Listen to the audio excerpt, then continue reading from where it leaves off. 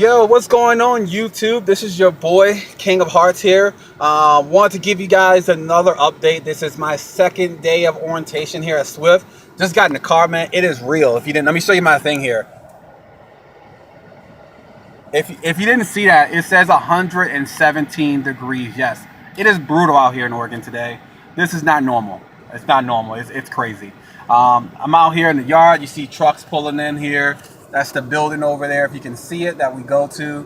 I don't know if you saw it. I don't know if it's good pictures. Parking in the driver parking back here. If you couldn't see it, I apologize. But I gotta let my car warm up because it's hot. But today, a lot more information from yesterday. Ton. Yesterday, like I told you, was pretty much a paperwork day, drug test, all the basic stuff. Today, right off the bat, we went into hazmat. So that's the first thing we went over, which is pretty cool. If you are, looking to make some more money, for one, that's pretty cool because hazmat, you can make more money. There is a little bit longer process. So there is a $90 fee that they said that you got to pay. They do a fingerprint, they do a full thorough background check, and it takes about 6 weeks. But any type of hazardous materials that you want to call, which can be good, that's more freight for you, why not? You can go ahead and get that endorsement. So you can do it before you get here, go to DMV, pay it yourself, or you can't wait till you come to Swift and they would actually pay for it for you. So I think going to Swift and let them pay for it, why not? But yeah, you get that endorsement and you can then haul hazmat materials. So it doesn't mean that you can't haul anything. There's maximum or minimum, maximum things that you can. So there's like if you are hauling some things that's like not that much, I think it was like 119 ounces, you're okay. So it's not like everything 119,000 or whatever it was. It was some number, but you can haul some things, just not a full-on trailer with materials that can be explosive or dangerous. But seems pretty cool. Am I gonna do it? Not 100% sure yet. I probably will. It do last for 2 years. Because it is more money at the end of the day, and I don't want to be held back from what type of loads I can carry. Another thing we went over micros today. So we went over a ton of that. Going over the Qualcomm machine that's in the truck.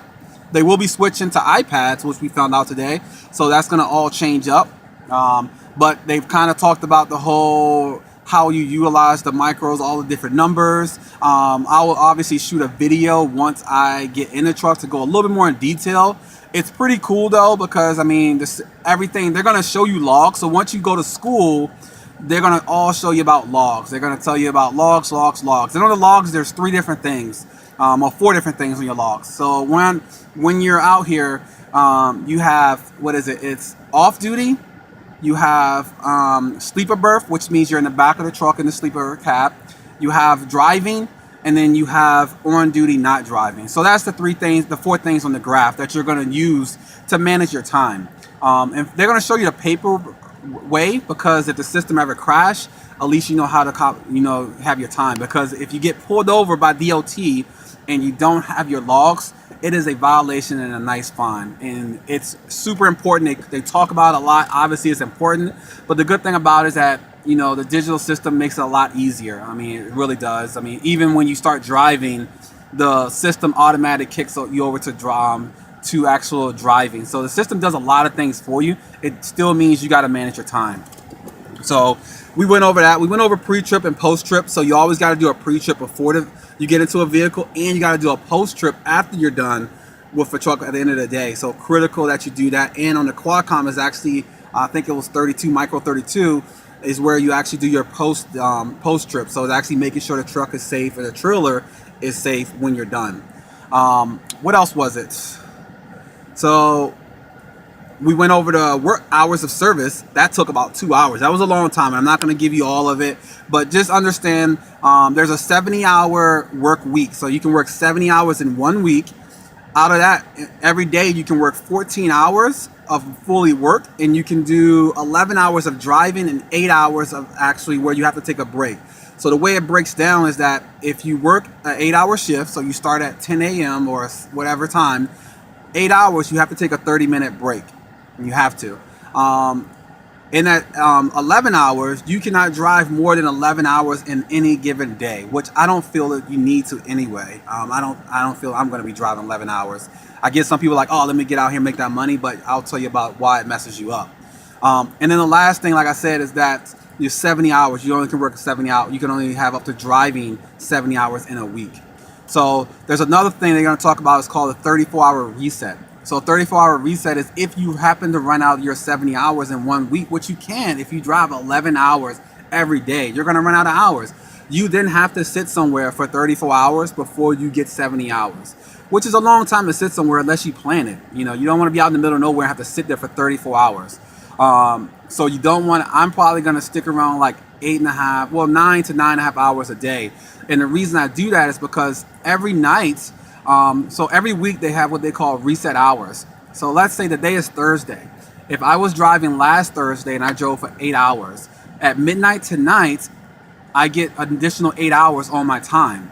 So that way it continues to roll. So every day, however many hours you drove last week, it rolls 7 to 8 days. It then rolls over. So that way, if you do it right, you never have to take a 35-hour reset. And that way you're continuing to make money all the time. And you're not having to sit around for a day and a half, almost 2 days, not making any money.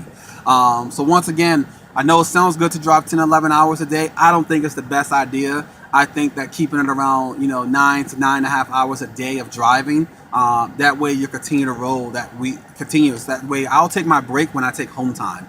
And that's my goal. So what else we talked about? We went over payroll. They do have direct deposit. They give you a little card that you get paid on. It's your fuel card from Swift. It's like a little credit card. They give you as a corporate card, and it has your fuel where you get fuel for your truck, but it also has direct deposit if you don't have a bank account. I'm going to set up direct deposit because I'm not home. My wife and family's at home. And then if you use that card, it costs money to get the money off. It costs money to almost use the card. It's not a bad thing if you don't have a bank account, but I do. So I'm going to be using my own system. What else? We had to sign a couple more paperwork today. So today I feel like they officially sent everything over to Swift. So you got to think. And remember that your recruiter probably tell you that. You're not it's like 99% chance you're going to get hired, but they still got to go through everything. So they're still in the process. I think it's 9 of us. And the guy said out of 9 of us, there's 5 of us that have been hired so far. So 5. He does feel like all 9 of us are going to get hired, but just remember you got it. You're not there until you're there, until you actually sign the paperwork and doing everything.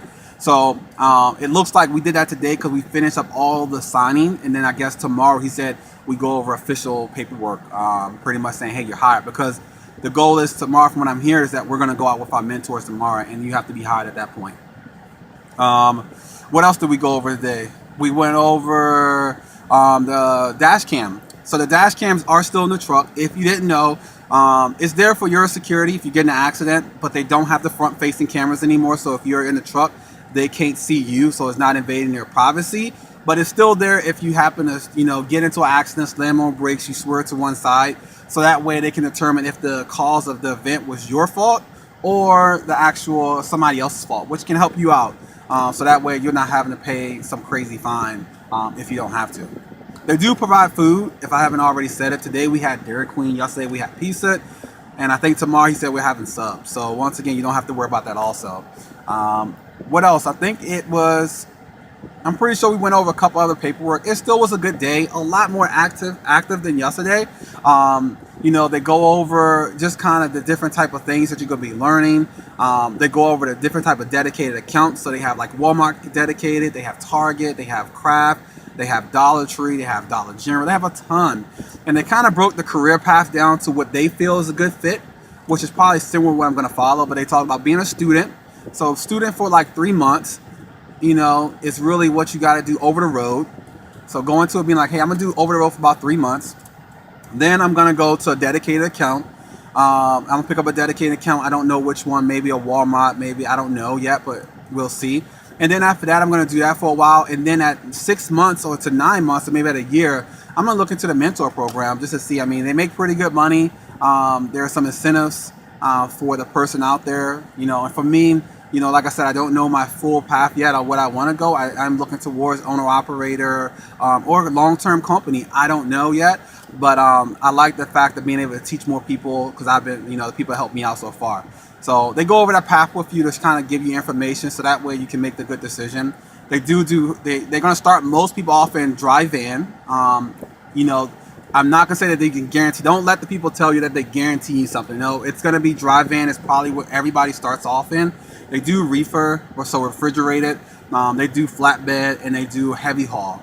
We do have one guy that is doing heavy haul because he's strictly got hired. He's getting hired on for Costco dedicated, which is a whole different ball game for Costco, and because of where he lives at. So he already knows he's gonna be doing heavy haul.